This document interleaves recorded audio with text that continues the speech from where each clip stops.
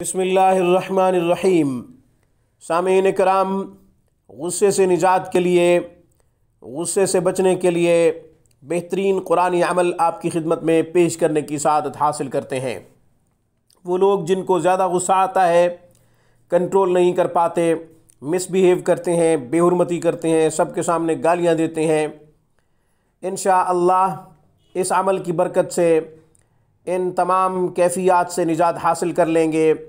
गुस्से से निजात मिल जाएगी, गुस्से से बच जाएंगे। अमल क्या है? आयत नंबर 134 सूरह आले इमरान, आयत नंबर 134 सूरह आले इमरान, पारा नंबर 4, आयत मुबारका का जो हिस्सा मैं तिलावत करूँ, आपने उतना हिस्सा पढ़ना है। आऊज़ु बिल्लाहि मिनश शैतानिर रजीम, वल्काज़िमीनल गैज़ वल्आफ़ीना अनिन नास वल्लाहु युहिब्बुल मुहसिनीन। इसे आपने 101 मरतबा पढ़ना है।